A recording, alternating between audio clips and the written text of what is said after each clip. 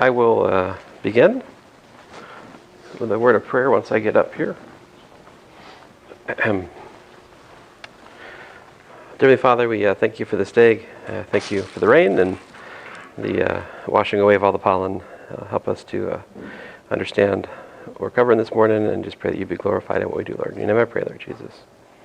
Amen. All right, so today, so first of all, if you didn't understand last class, I would encourage you to,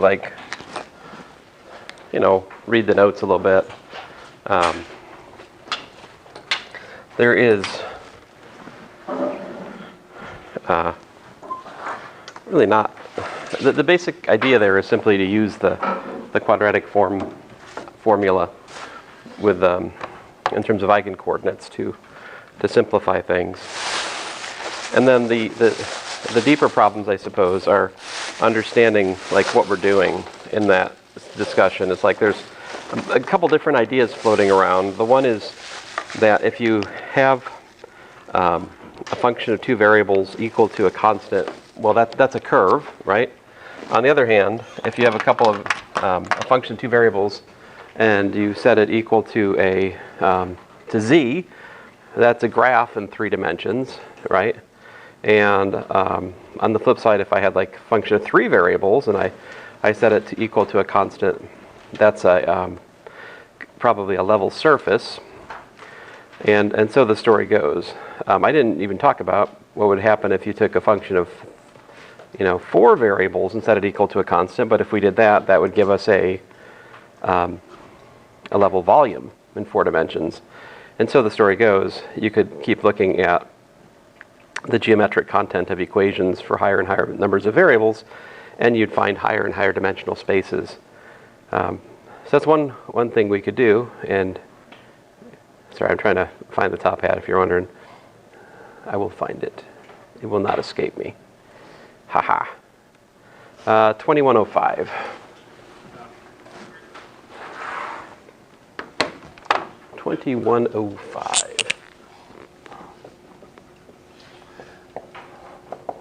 So that does lead into what I'm talking about today a little bit, because given a space, let's say W, which is it's actually a subspace of Rn. Technically a subspace. There are basically 2 ways to describe W. We can either describe it, implicitly, or we could describe it parametrically. So implicitly would be as the solution set to an equation or equations, and parametrically is basically as a span. All right. So what I'm going to be describing today, for the most part, is in the world of a parametrically described subspace. But admittedly, last class we were kind of more looking at implicitly defined data, right? Like a level curve is an implicit description of a one-dimensional space, although technically that's also not a subspace either. So the solution set to an equation basically is you could write W as a null space, and parametrically like a span. Maybe I should just give you an example. So 2 different ways to look at things. Okay, so W, on the one hand, we could say, well, W is the span of 1, 1, let's say -1, 1, -1, 0, and 1, 0, -1, okay? So this would make this a subspace of R3. And what kind of subspace are we talking about here?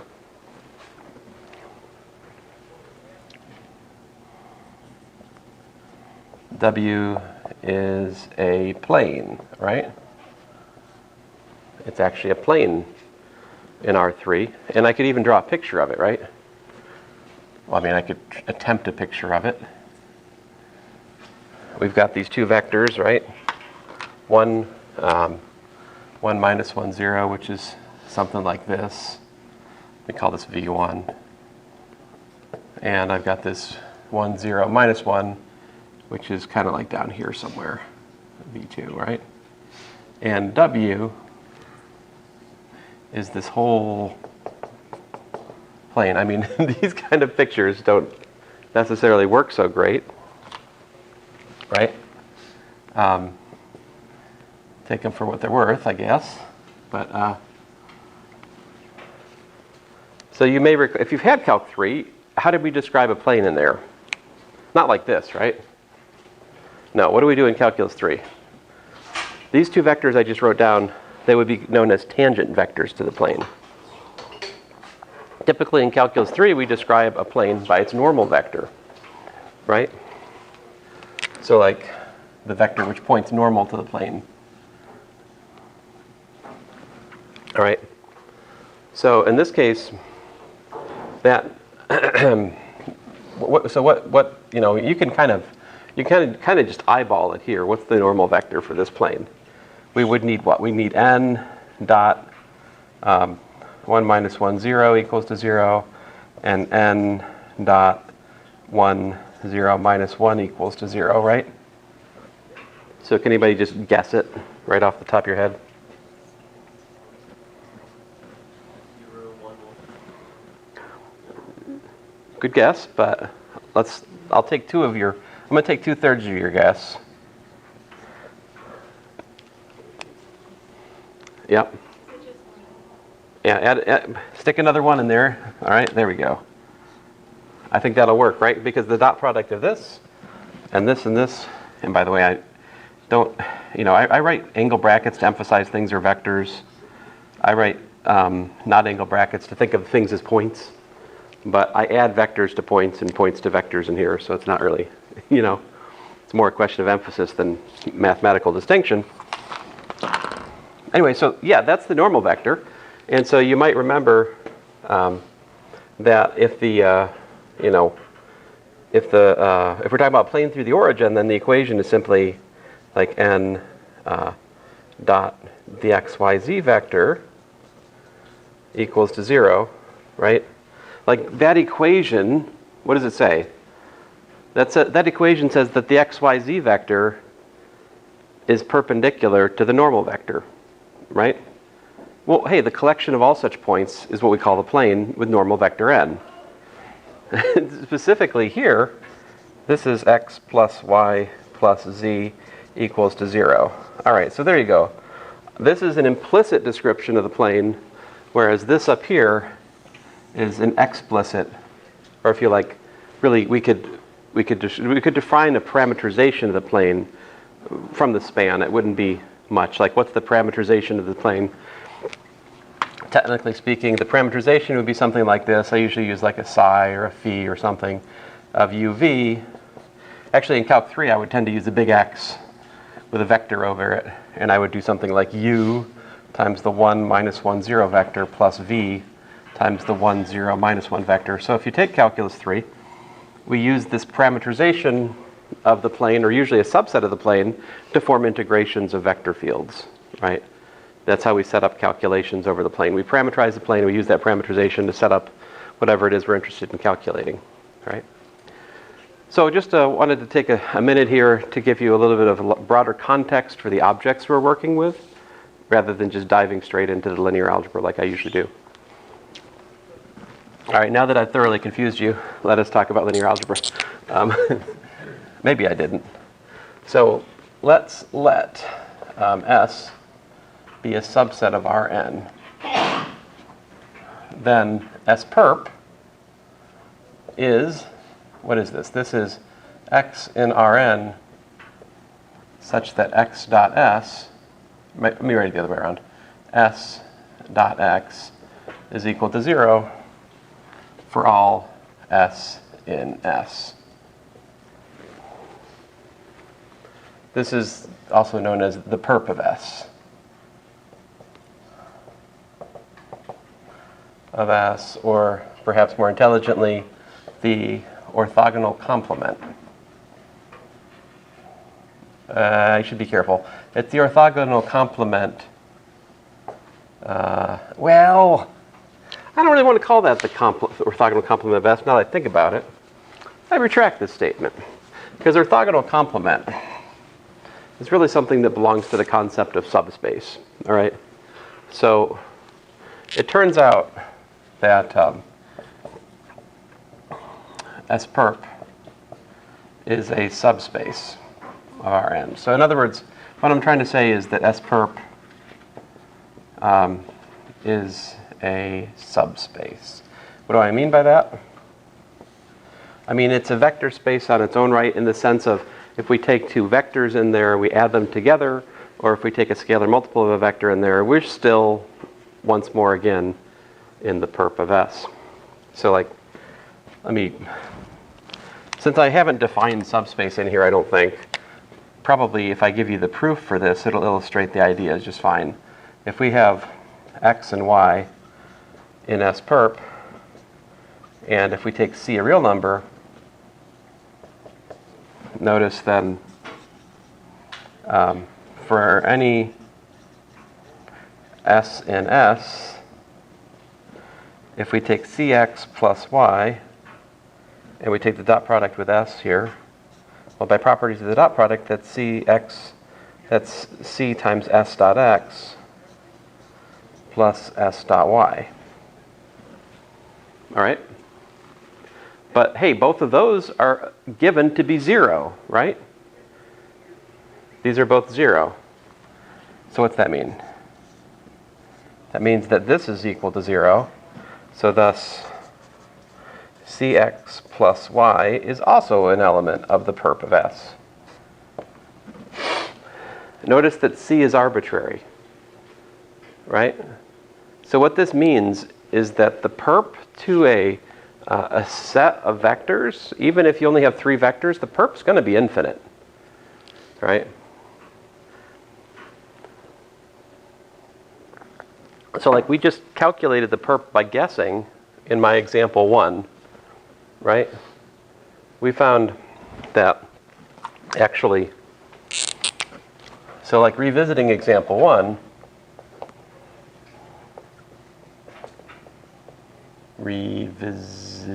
I can't spell. If we calculate the perp of 1 minus 1, 0, 0, 1 minus 1, turns out that that's the span of 1, 1, 1.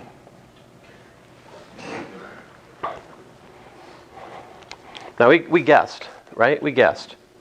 Example 1, that's great. But is there another way we could do this besides guessing? So let's investigate how to derive. How do we derive?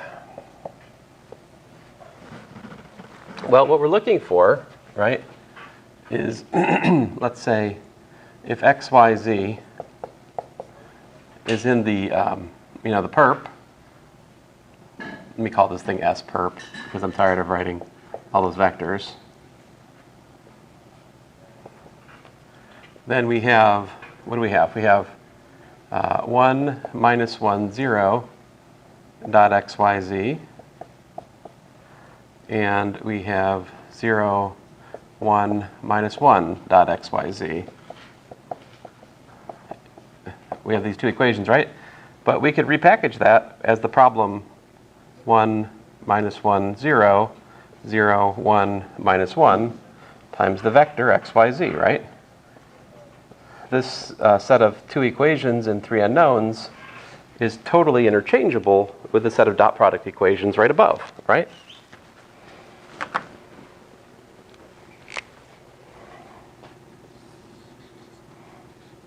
Same equation. But we know how to solve the second one, right? Like, how do you solve this equation? We just look at the augmented coefficient matrix, and technically we don't even need to concatenate the zeros, but I'll put them on there just for the sake of ultimate clarity, in case you didn't know that yet. We could drop the zeros here, right? It wouldn't hurt us if we understood what we're doing. And one row operation, add the second to the first, I get 1, a 0, a minus 1, 0, 1, minus 1, zeros all around. All right, so if xyz is an element of the null space of this here matrix, 1, minus 1, 0, 0, 1, minus 1, that means that x minus z equals to 0 and y minus z equals to 0 by the row reduction above. Therefore, we don't have to guess anymore. X, y, z is what? We could do like z, z, z, right? In other words, therefore, the perp is the span of 1, 1, 1, right?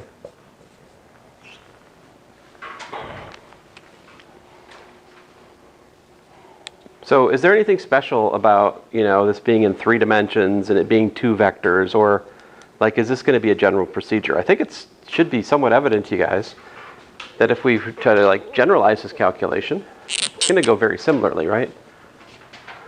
So here's the theorem. If we have S is equal to S1, S2, let me use vectors like V1, V2, K of them, all right? That's a subset of Rn, right? Then how can we calculate the perp to S? What's it going to be? It's going to be the null space, right, of, I'll write it this way, like V1 transpose, V2 transpose, VK transpose, like that, right? In other words, it's the null space of the matrix of S transposed, where, I'll get out of the way here, guys. As usual, the matrix of S is simply formed by concatenating the given vectors into a big old matrix.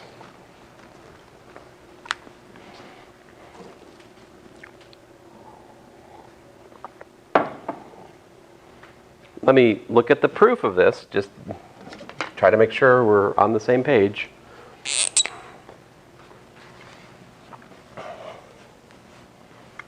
So like, if I have, let's say x is an element of the perp of S, what's that mean? That means that, in our particular context, that means that V sub j dot x is equal to 0 for all j, all 1 to k, right?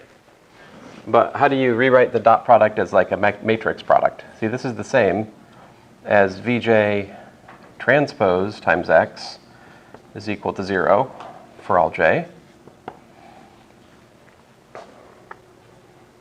Or rather than writing, k separate scalar equations, I can write one sweeping matrix equation like this.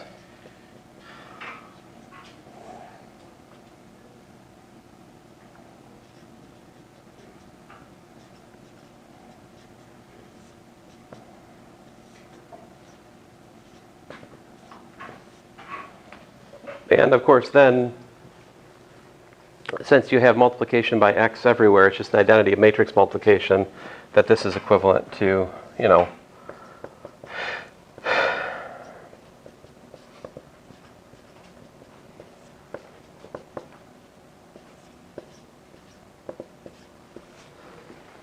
that is exactly what's claimed, all right?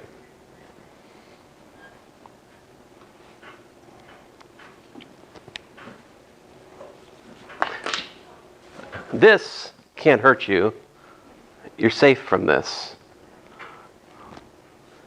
All right? You don't have to worry about this. Unless, well, most of you don't have to worry about this.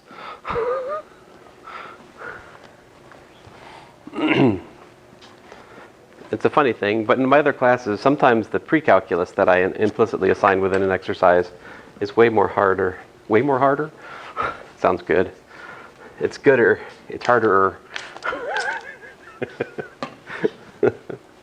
Pre-calculus is sometimes hard.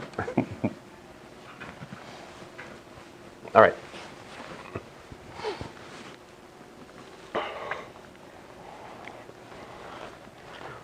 Let's work an example here. Example 2.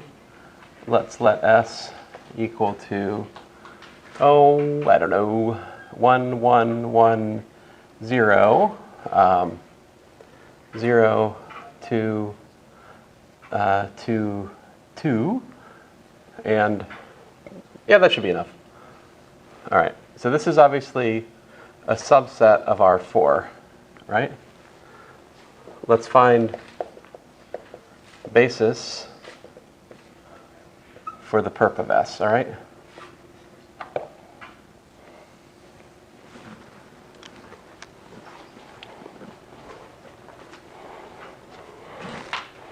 So what do we need to do here? We need to calculate the, excuse me. All right, so don't forget, these are column vectors, right? But to make them into row vectors, it's a pretty easy business, right? We just, transpose them. So the transpose of 1, 1, 1, 0 is 1, 1, 1, 0. The transpose of 0, 2, 2, 2 is 0, 2, 2, 2 in our notation, right? So this right here is the S matrix transposed, right? And then, of course, this is 1, 1, 1, 0, 0, 1, 1, 1, which we can make another row operation here, 1, 0, 0, minus 1, 0, 1, 1, 1, right?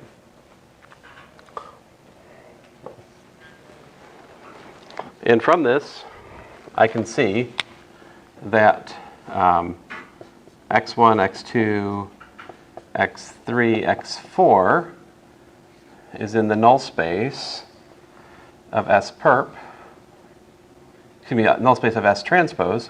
It's kind of funny, it looks a little bit like S perp, but it is something conceptually radically different, right? I'm talking about the transpose of a given matrix as opposed to the perp of a space. Those are really different things.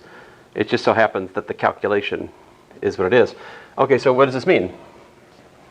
So this is the matrix we're finding the null space of, right? And we found out that it's row equivalent to this, which tells us what? We have like x1 is equal to x4, and we have x2 is minus x3 minus x4. Are we clear on why that is? I'm assuming that you understand the first part of the course, right? So if you understand the null space, find the basis of the null space calculation, you should be tracking what I'm doing. If you don't, you need to fix that before the final. It's a big part of the course, right?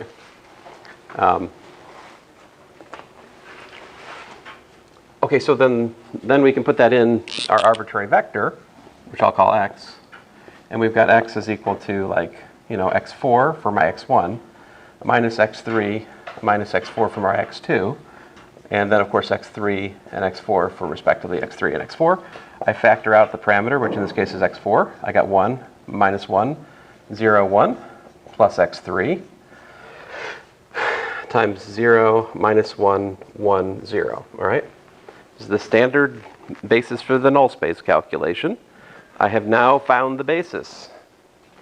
So these two dudes right here are your basis.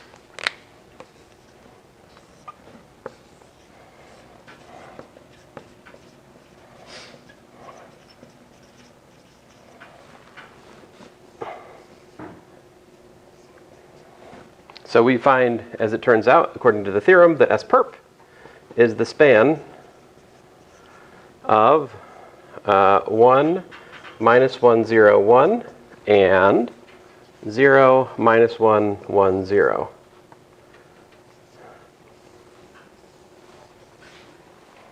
And we can check our answer, right? How do we check our answer? It's very easy. You take your basis and you take the dot product with the vector you're finding the perp of. If the dot products are 0, we have calculated correctly. If they're not, you better try again. look for your error, right? Let's look for my error. So if we do that dot that, I get 1 minus 1 plus 0 plus 0. Hey, that's 0, yay. So the dot product of the first one with the first one, 0. The dot product of the first one with the second one ends up being 0, minus 2, plus 0, plus 2. 2 minus 2, 0, yay. This guy, if we take the dot product, basically just look at these two. 1 minus 1, 2 minus 2, 0 and 0 respectively. We're good. All right. Now, actually, the structure of this calculation is very forgiving.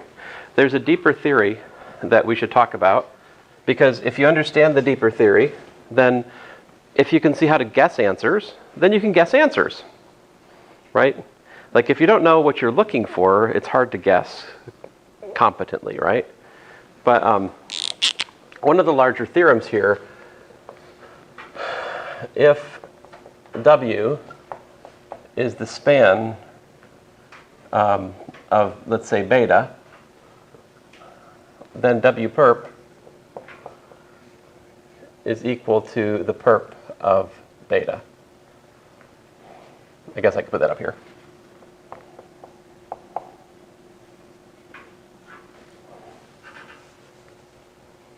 All right.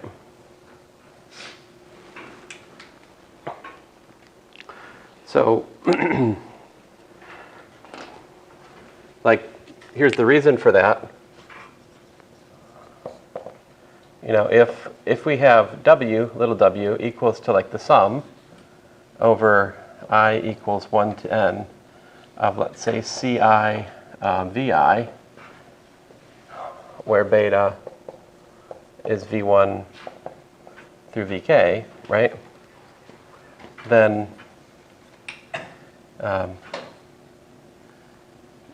let's see here, S dot W is equal to, by properties of the dot product, the sum I equals 1 to n of Ci of S dot Vi. So what this means, I'm just going to stop the proof right there and just talk about it in words. The result follows.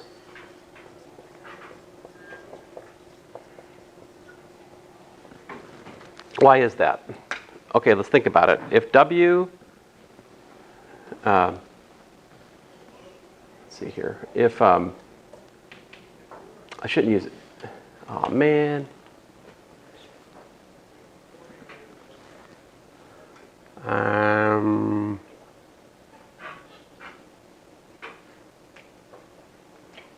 Oh, phooey. That's not what I wanted to say.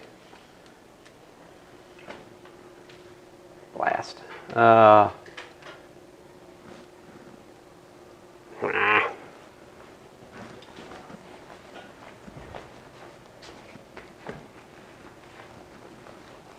Should go back to my default of just not proving things in here. It's safer.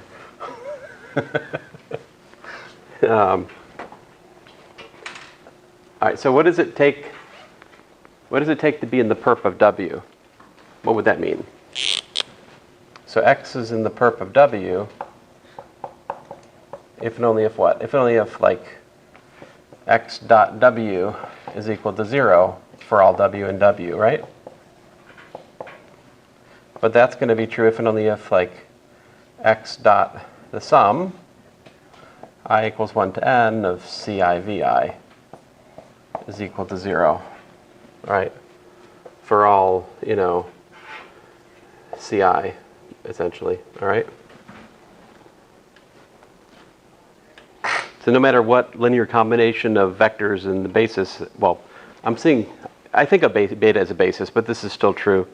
If beta is not linearly independent, this calculation still holds. So, but the point is then that this is the same as the sum. So it's basically the calculation I just erased. It's just interpretation, a little bit different than what I was thinking. Right. So the point is, X is in the perp of W only if what? Only if X dot any vector in W is 0. But you can also get that if you know that X dot any vector in the generating set of W, namely beta, the spanning set is 0. So if we have, these are 0 for any choice of C's, right? Notice that this is true. Certainly it's true if we have x.vi is equal to 0 for all.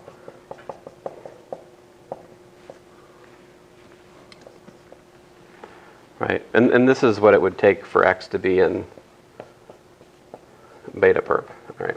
And I'm spending too much time talking about this. Let me get to the point here. My point to you is simply that example 3, if I, instead of having just 2 vectors, if I had w, which was the span of the S above, right,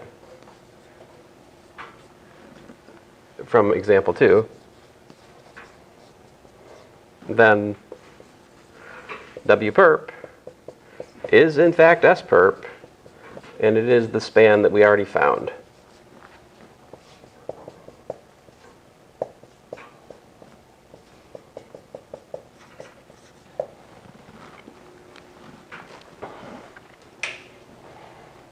I mean, this is very nice, right? Because the problem of finding a set of vectors which is perpendicular to 2 given vectors, right, is much easier in principle than the problem of finding a set of vectors which is perpendicular to a whole infinite plane of vectors, right? You've got to check infinitely many different vectors are perpendicular to your vector in the perp, right? That seems a little bit intimidating. It just turns out it's not actually a problem, because all you have to do is find a generating set for your subspace, and perpendicularity with respect to the generating set guarantees perpendicularity with respect to the set which that generating set spans. All right? Okay, so do you guys notice anything about W and W perp there? Is there anything interesting about that? Structure-wise, like if I took the basis for the perp and S, and I put S together with the basis for S perp, can you tell me anything about that?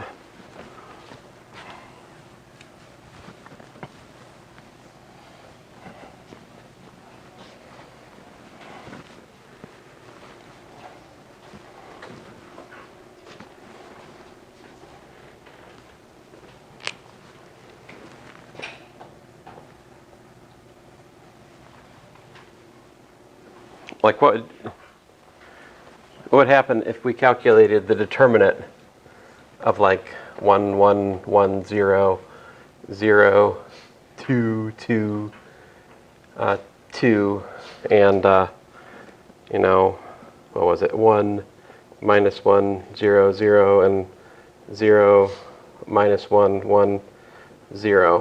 What do you think that would be? What would you think it would not be?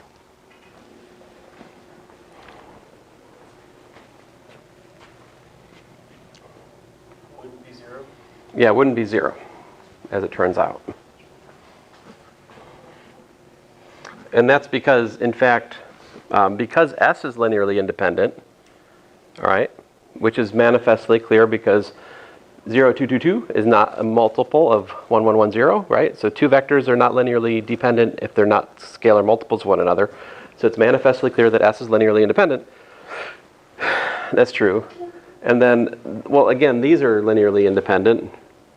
And I'm claiming that the theory is that these are going to be independent from one another. Let me be more systematic here.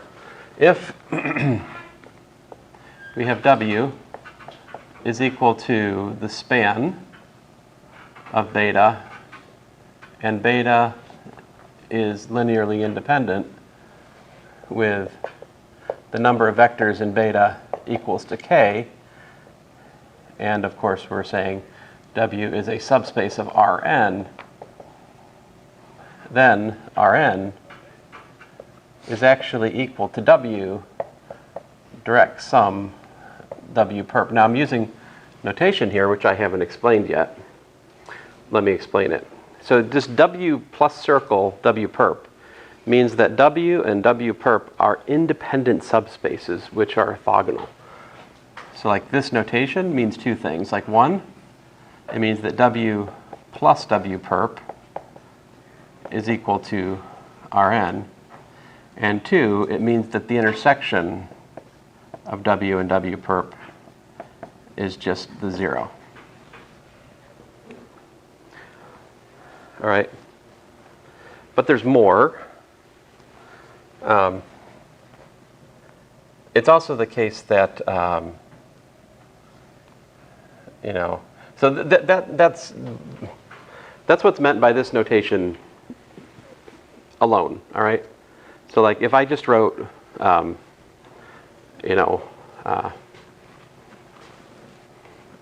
need to erase this, I guess, but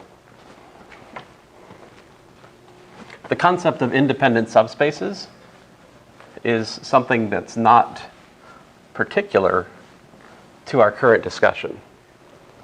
Our current discussion is kind of the nicest possible scenario for that.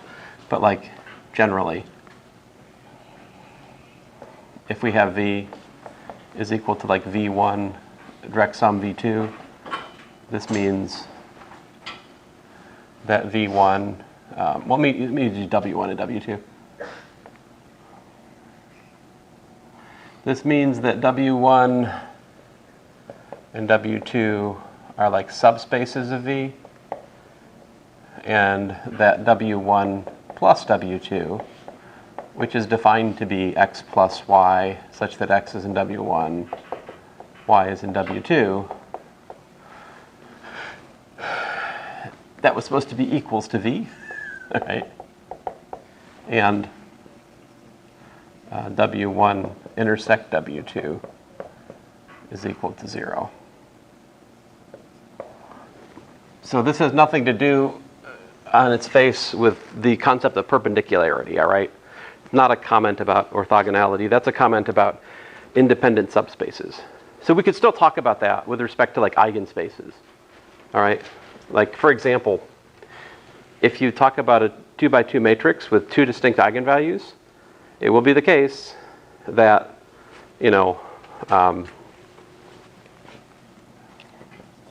if we have A is like, say,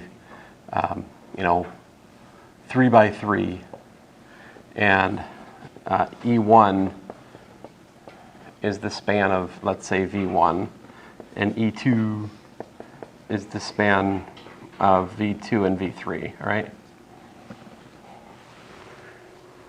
Where these are, eigenbases for eigenspace 1 and eigenspace 2. In this context, E1 direct sum E2 is equal to like R3, all right? That's another place we could talk about direct sums if we went back to our discussion of eigenspaces. Eigenspaces of independent eigenvalues are independent subspaces. All right, this makes W1 and W2 independent subspaces.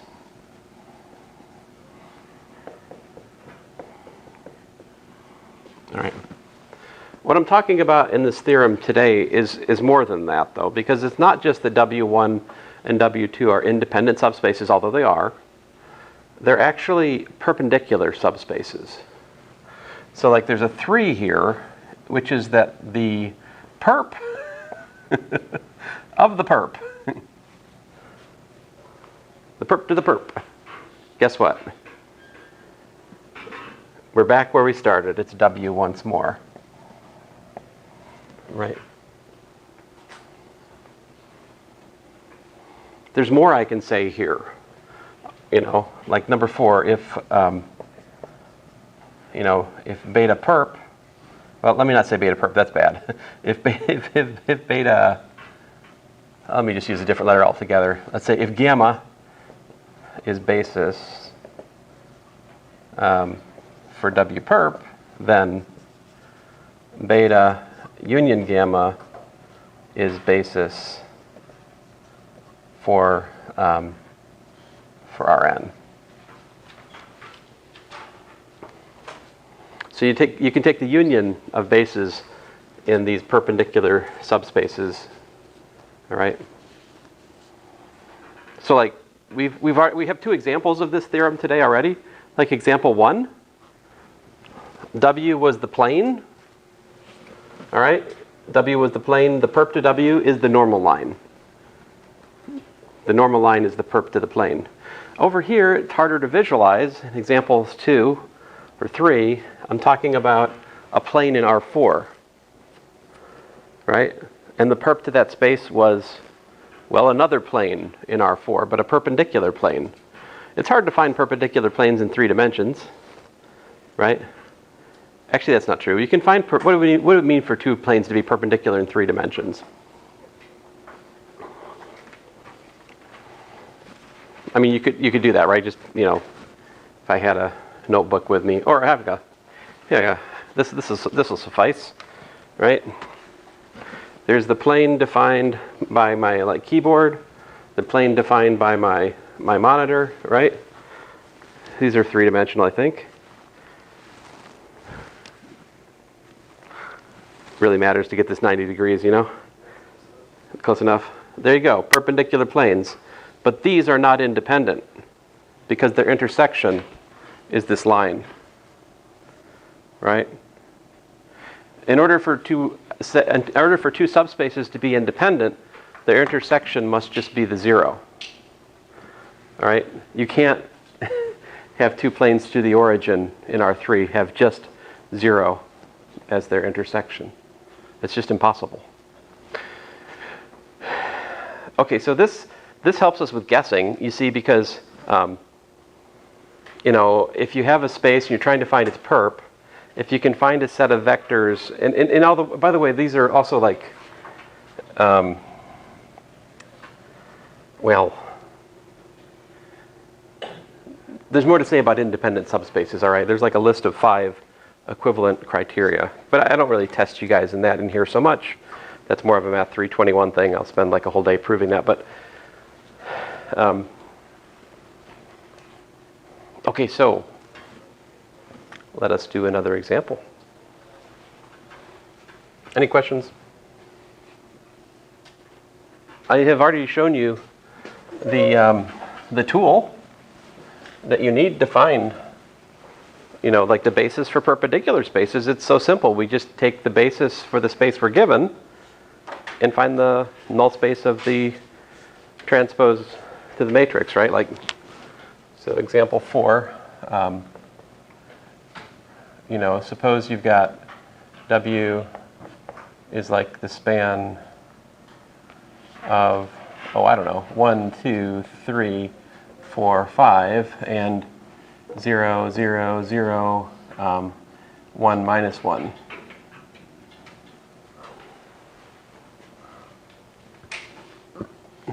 So you guys tell me, what's the dimension of W perp this time?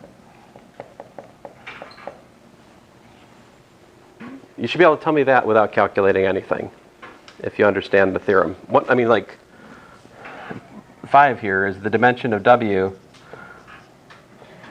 plus the dimension of the perp is n. So we're in 5-dimensional context. I'm giving you apparently a 2-dimensional space. How big is the perp? 3. How do we find it? How do we find a basis for W perp? Well, we just need to look at what's the null space of 1, 2, 3, 4, 5, 0, 0, 0, 1, minus 1, right? So if x is an element of this, apparently we've got, you know, I don't need to do row reductions for this one, guys. x1 is minus 2x2 minus 3x3 minus x4. And what's this last one tell me? It tells me x4 is equal to x5, doesn't it? So I can trade out this minus 4x4. Instead of putting an x4 here, what do? I put an x5, right? Now, if you don't like that,